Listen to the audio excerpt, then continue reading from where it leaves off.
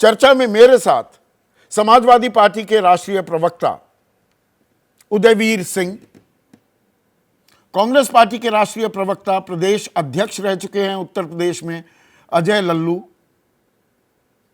SBSP Suhel Dev Bharatiya Samaj party अहम घटक है एनडीए का, बीजेपी का यूपी में, उनके राष्ट्रीय प्रवक्ता अरुण राजभर, प्रोफेसर बद्री नारायण समाजशास्त्री हैं। उत्तर प्रदेश में ये जातीय समीकरण, ये गोटियां कैसे बैठ रही हैं, कहां सेट हो रही हैं, उस पर पैनी निगाह रखते हैं। और सुधींद्र भदौरिया राजनीतिक विश्लेषक हैं, वरिष्ठ नेता भी रहे हैं बीएसपी के। तो सुधींद्र भदौरिया, ये मायावती दोनों पर कटाक्ष भी किया, निशाना साधा, बीजेपी पर भी, समाजवादी पार्टी पर भी, एकला चलो का राग अलापा, पर ये हाथी के दांत खाने के और दिखाने के और हैं क्या? दरअसल हाथी कमल का साथी बनने की राह पर चल पड़ा है।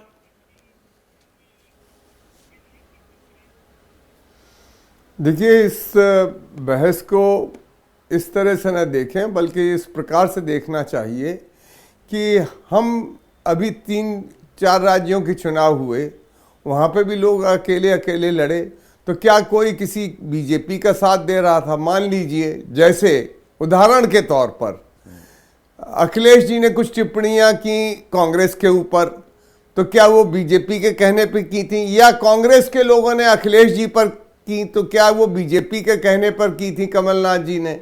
या फिर मैं आपसे ये भी कहूं कि आपके बहुत सारे सर्वे हुए, कोई ऐसा भारत का सर्वे नहीं था जो छत्तीसगढ़ के अंदर वो कांग्रेस पार्टी को ना जिता रहा हो, और 99% लोग सभी जिता रहे थे कांग्रेस पार्टी को मध्य प्रदेश में।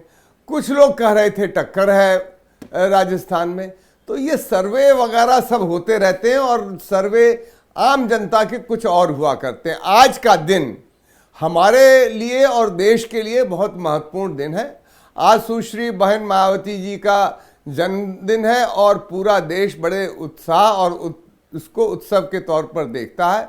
वो उत्तर प्रदेश की 4 बार मुख्यमंत्री रही हैं।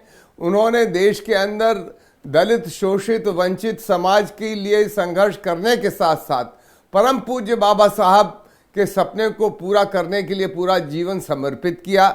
मान्यवर काशीराम जी और उन्होंने मिलकर एक बहुत लंबा संघर्ष किया, जिससे एक नई पहचान बनी दलित, शोषित, वंचित पहचान बनी, 4 बार मुख्यमंत्री भी बनी सुधींद्र भदौरिया। पर आप इस बात से क्या इनकार करेंगे कि आज की तारीख में बहुजन समाज पार्टी पर अस्तित्व का खतरा मंडरा रहा है?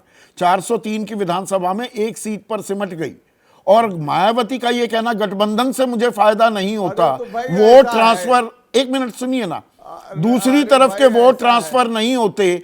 2019 में तो उल्टी कहानी हुई, मायावती को गठबंधन करने का फायदा हुआ, 10 सीटों पर वो जीत गई, 5 पर ही जीत पाई समाजवादी पार्टी।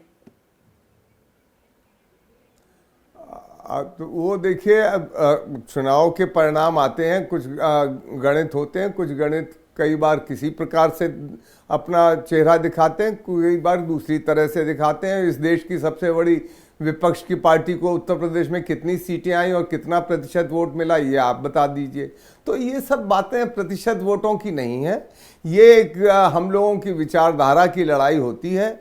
और मैं जहाँ तक हूँ विश्लेषक के तौर पर देखता हूँ इसको, और इस विश्लेषक के तौर पर देखने में मैं ये मानता हूँ कि अभी चुनाव की तारीखें दूर हैं, चुनाव आने दीजिए। और मैं ये भी कहना चाहता हूँ कि इस देश के अंदर कोई बड़ा बदलाव बिना बहन मायावती जी के नहीं हो सकता, और बहन मायावती जी इस देश की सबसे बड़ी उस ताकत की आवाज़ हैं जो दलित, शोषित, वंचित वर्ग है। इसलिए मैं ऐसा मानता हूं कि आज का दिन हमारे लिए विशेष दिन है, उत्सव का दिन है। हम लोग तो उत्साह में हैं, उत्सव में हैं, और मैं समझता हूं कि इसी प्रकार से बाकी अन्य हिस्सों में देश के हो रहा होगा। जब चुनाव का अवसर आएगा तो चुनाव के अवसर पर लोग उसका अपने आप फैसला करेंगे। और मैं समझता हूं कि गिरा था मायावती का बहुजन समाज पार्टी का 2022 के विधानसभा चुनाव में, और उसका सीधा फायदा बीजेपी को हुआ था। तो बीजेपी हाथी कमल का साथी भाई, बन गया है क्या? बी टीम बन रही है बीएसपी बीजेपी की। आप मुझे बताइए कौन किसका साथी बना? नहीं, कौन किसका साथी बना? अकेले उन्होंने राजस्थान में लड़ने का फैसला किया, किसी को साथ नहीं लिया। मध्य प्रदेश में किसी को साथ नहीं लिया, छत्तीसगढ़ में किसी को साथ नहीं लिया। ये सब जरूरी है कि हम वो उनके साथ हों तो ही हम अपना संविधान और लोकतंत्र की लड़ाई लड़ रहे हैं। हम एक राजनीतिक विश्लेषक के तौर पर, आप एक नागरिक के तौर पर, एक पत्रकार के तौर पर, आप तो किसी के साथ नहीं है, पर आपकी एक पहचान है। और जहां तक राजनीति का प्रश्न है, राजनीति अपने शर्तों पर होगी। हम लोग संविधान को मानते हैं, पर साथ ही साथ हम ये भी चाहते हैं कि दलित, शोषित, वंचित समाज की आवाज को कुछ लोग न दबाने पाएं और उनकी आवाज बुलंद हो। उसकी आवाज बहन मायावती जी बने। मायावती ये भी कह रही हैं कि गठबंधन चुनाव से पहले नहीं होगा, बाद में सरकार में शामिल भी हो सकती हैं। तो एनडीए की फर्ज कीजिए सरकार बनती है तो शामिल होंगी। ये आप देखिए, एक चीज जान लीजिए, आप तमाम तरह की अटकलबाजियां करिए और आपको ये हक है, आप पत्रकार हैं, पर मैं ये जरूर कहूंगा कि बहन मायावती जी उसी राह पर चलेंगी जिससे दलित, शोषित, वंचित ताकतवर होगा और साथ ही संविधान की रक्षा होगी। और उनका 35-40 वर्ष का संघर्ष का इतिहास ये बतलाता है कि उन्होंने कभी जीवन में इन उसूलों के लिए कंप्रोमाइज नहीं किया, हमेशा इन्हीं उसूलों पर वो आगे बढ़ती रही। आप कह रहे हैं कॉम्प्रोमाइज नहीं किया या सेटिंग हो गई है? वो ईडी का भी एक डर है कि भ्रष्टाचार के मामलों की तहकीकात शुरू ना हो जाए। ईडी आजकल विपक्षी खेमे के हर बड़े नेता के घर दस्तक देती हुई, दरवाजा खटखटाती हुई दिखती है कि ईडी की बात को दबाए रखिए, मैं अकेले चुनाव लड़ लेती हूं। कौन सा दल है, कौन सा दल है, कौन सा दल है जो इससे अछूता रहा है? कौन सा दल है? जब कांग्रेस पार्टी की सरकार थी तो क्या, हालांकि उस समय मनमोहन सिंह जी प्रधानमंत्री थे, तब नहीं क्या इंक्वायरियां की?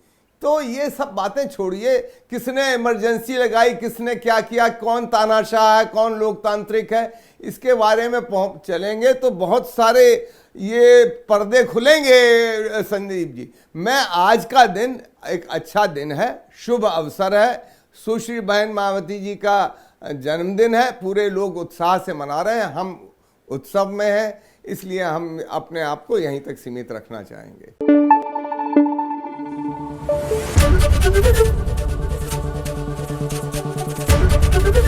एबीपी न्यूज आपको रखे आगे।